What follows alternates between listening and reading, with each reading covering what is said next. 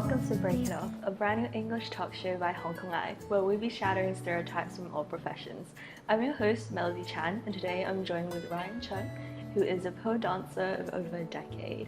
Hi Ryan, how are you doing? I'm good, thank you. How are you doing? I'm doing good, yeah. Are you ready to get on the pole later? Yeah, most definitely. When I was studying in the States, I started doing pole dance, and then I came back to Hong Kong to pursue my career in academics. But I was kind of determined that I wanted to continue with pole or dance at least on the side and not give it up.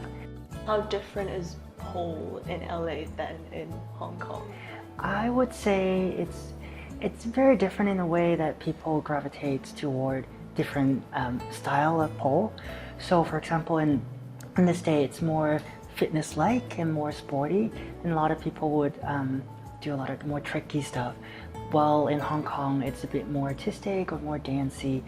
Would you say Hong Kong is more conservative in pole dancing, or it's actually different? I think it's just different. Not conservative in a way where, we don't want to do sexy stuff, but I think it's different culture. They appreciate different things. There are also views from outsider that's kind of consolidating that stereotype where if we do pole, we have to do it in a certain way. We want to do it with fitness or like dance to kind of remove that sexual context from it.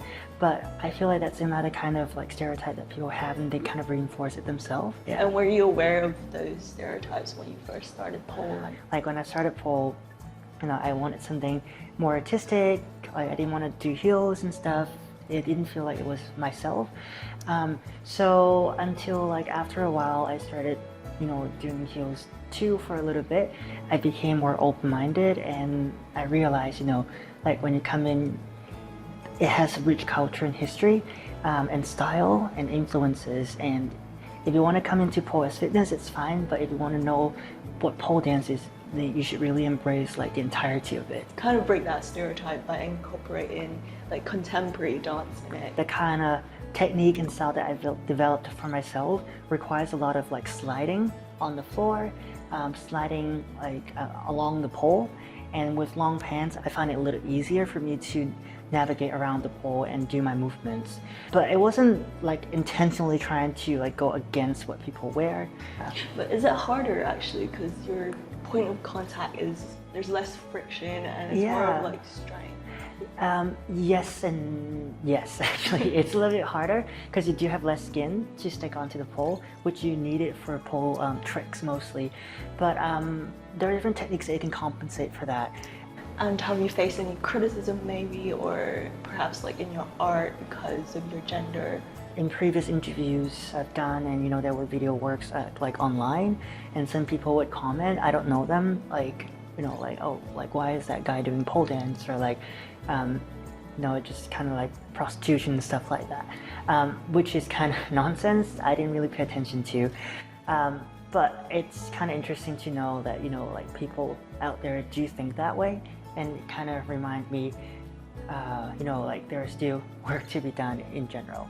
But I don't set out to tell people, no, you should change your mind. And have any of your male students, for example, doing pole, and have they been held back by these stereotypes? I think people who generally come into pole studio, male, female, different genders, they're actually quite brave. So I would say once they started, they don't really care about those discriminations anymore, because they find joy and they find confidence or challenges in pole dance that help them grow. But I would imagine as a female in this society, and their body being examined all the time in pole studio, people are more supportive and more open-minded, I would say, to help each other and hold each other up. A good friend of mine, his name is Sean, and he does very sporty, also very artistic kind of pole dance that actually we started training together when I got back to Hong Kong. And a lot of the things that I've trained up kind of owned to him, because he does a lot of calisthenics, so he's a bit strong, so he can spot me for the crazier tricks. So it was really helpful when I've got like a friend who can help me in that situation. Yeah. And do you also help you navigate through those stereotypes of, you know, like male stigma? I think it's nice to have like a friend who's also a guy to train together. You know, like bring a different perspective to pole. So that would be kind of like an evidence in itself that pole can be something different. When I started pole, or like aerial stuff, you know, like you have the pole and then you dance on it, and at most sometimes you have 2 people on it. So it's very like, you know, confined to 1 or 2 people. So I've been exploring how I can maneuver like the space around the pole and then like maneuver people around it.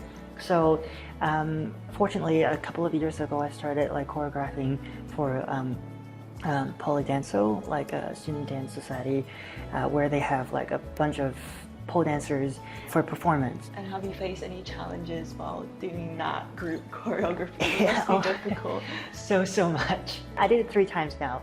The first time I only had 3 weeks to come up with a choreography that I have to do with 9 people. Never done that before. It was really fun. And then the second and the third time it became more familiar, and I started able to, you know, challenge what I've seen on Instagram or social media and challenge my imagination of what I know about pole. And you've also experimented with aerial pole, which I've seen some videos, which you've done it outdoors as well. Yeah, so a good friend of mine, Joyce, she invited me for this performance at Taekwondo, but like on the prison yard, where it's like outdoor. And I kind of played with like flying pole, which is not attached to the floor, but hang by a ceiling point. And the different like motives that it has, like going around in circles, like swinging or like spinning in the center, and different like movement possibilities with it. What other ways can we actually experiment with pole?